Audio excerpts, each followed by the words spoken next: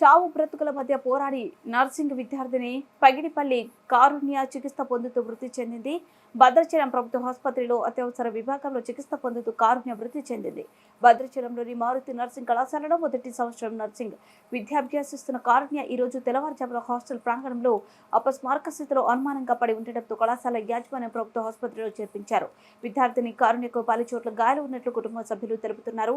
చెవి ముక్కులోంచి తీవ్రంగా రక్తస్రావం అవుతుందని తెలిపారు. బాత్రూంలో జారి పడిందంటున్న హాస్టల్ వార్డెన్ అసలు విషయాన్ని గోప్యంగా ఉంచుతున్నారని ఆందోళన చెందుతున్నారు. కారుణ్య మృతిపై అనుమానం వ్యక్తం చేస్తున్న కుటుంబ సభ్యులు న్యాయం చేయాలని కోరుతున్నారు. కారుణ్య స్థలం కొణిజర్ల మండలం సిద్దిక్ నగర్. కారుణ్య కాలు జారి కింద పడిందా, ఎవరైనా దాడి చేశారా, దాడి చేసి హాస్టల్లో పడేశారా అనే కోణంలో పోలీసులు విచారణ చేస్తున్నారు. కారుణ్య మృతి చెందడంతో కుటుంబ సభ్యులు, దళిత సంఘాల నాయకులు ఆసుపత్రి వద్ద ఆందోళన చేశారు. కారుణ్య మృతి ఇంకా మిస్టరీగానే ఉంది.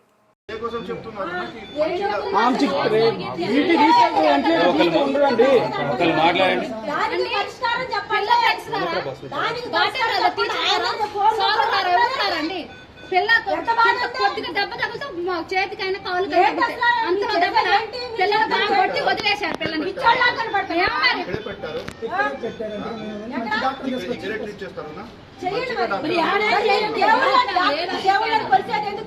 అట్లా కాదమ్మా, మీకు అసలు ఏం జరిగిందో మీకు ఏం తెలియదు.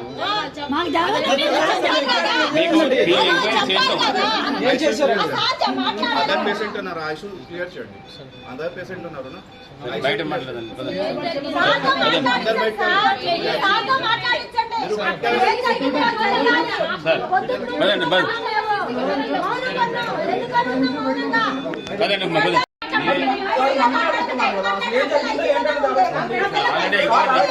నడుస్తుంది బాబా,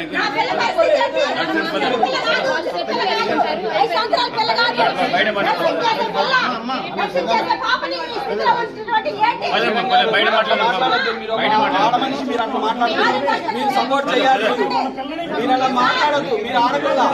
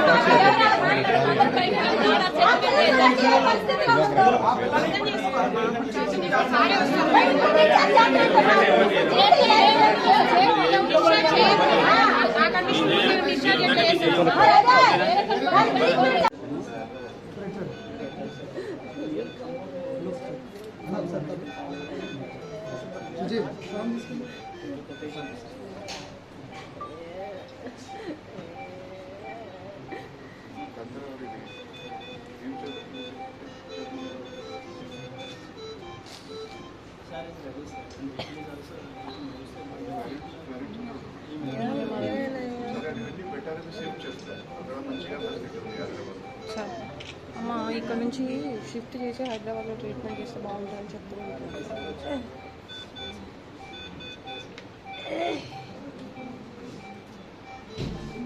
హైదరాబాద్కి షిఫ్ట్ చేద్దాం, అక్కడ మంచిగా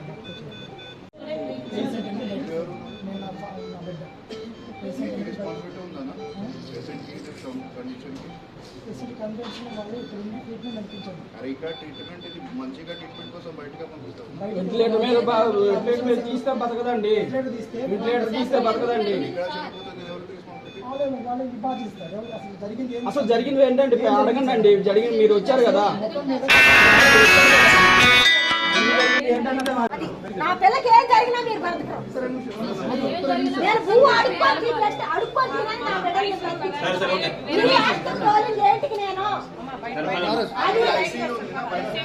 ఐసీలో ఉన్నా ఏదన్నా మాట్లాడాలి అది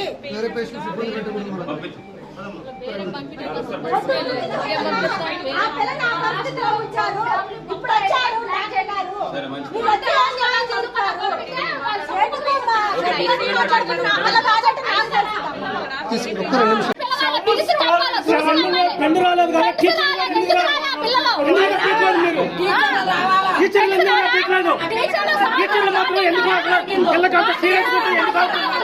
టీచర్లు కమిషన్ వాచ్మెన్ ఉన్నారో తెలియదు, వాలంటీర్లు ఉన్నారో లేదు, అక్కడ ఏ సెక్యూరిటీ ఉందో తెలియదు. వాచ్మెన్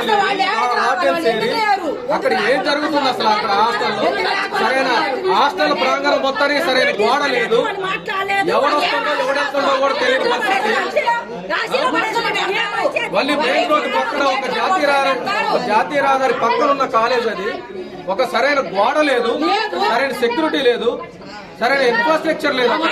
మరి ఏం విద్య అందిస్తున్నారు అక్కడ? ఏం సౌకర్యాలు కల్పిస్తున్నారు పిల్లలకి? ఫీజులు తీసుకుంటూ ఎస్సీ అది ఎట్లా జరిగింది? హాస్టల్లో ఎవరైనా చేశారా? బయట నుంచి వచ్చిన వ్యక్తులు చేశారా? దీన్ని విచారణ జరిపించాలని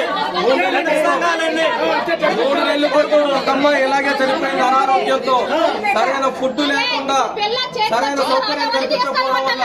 3 నెలల క్రితం అశ్వాపురం మండలం చిత్రాల గ్రామ అమ్మాయి ఒక అమ్మాయి కూడా ఇదే విషయం అనారోగ్యంతో గురించి అక్కడ నుంచి చెప్పారు. ఎవరికి తెలియని విషయం, ఎవరికి తెలియదు. ఒకటెప్పుడో తెల్లారుజామున ఇన్సిడెంట్ జరిగితే ఇంతవరకు గవర్నమెంట్ హాస్పిటల్లోనే ఎందుకు ట్రీట్మెంట్ ఇస్తున్నారు? ఇది మాకు తేల్చాలి. సీరియస్ ఉంటే పొద్దుటే మెరుగైన వైద్యానికి పంపించకుండా ఇప్పటి వరకు ఎందుకు నిర్లక్ష్యంగా వ్యవహరిస్తున్నారు? మెరుగైన వైద్యానికి ఎందుకు పంపించలేదు అమ్మాయిని? కేవలం దళిత బిడ్డనే అన్యాయం చేస్తున్నారు. సరైన కాలేజీలో సరైన సౌకర్యాలు లేవు, కళాశాలలో సరైన సౌకర్యాలు లేవు. ఏం జరిగిందో చేయట్లేదు. 2-3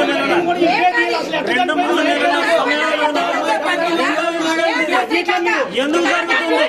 దీని మీద ఎంక్వైరీ చేయాలి. హాస్టల్లో ఉన్న పిల్లలు మొత్తం ఎస్సీలు ఎస్టీలో ఉన్నారు, దాదాపు 90%. వాళ్ళకి అక్కడ సరైన సౌకర్యాలు లేవు, సీసీ కెమెరాలు లేవు,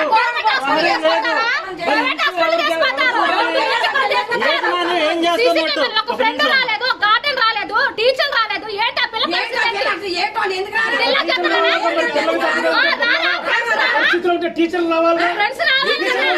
తెల్లవారుజామున జరిగితే అమ్మాయి కండిషన్ సీరియస్ ఉన్నప్పుడు ఎందుకు పట్టించుకోలే?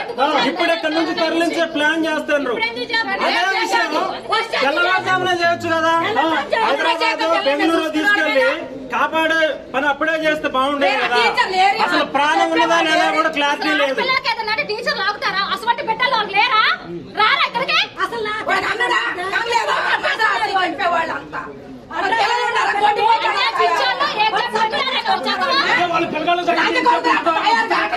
కాదండి, హాస్పిటల్ ప్రైవేట్ తీసుకోవాలప్పుడు గవర్నమెంట్ అంత సీరియస్ కేసులు ఎప్పుడు ప్రైవేట్ తీసుకోవాలంటే హైదరాబాద్ తీసుకెళ్ళాలా?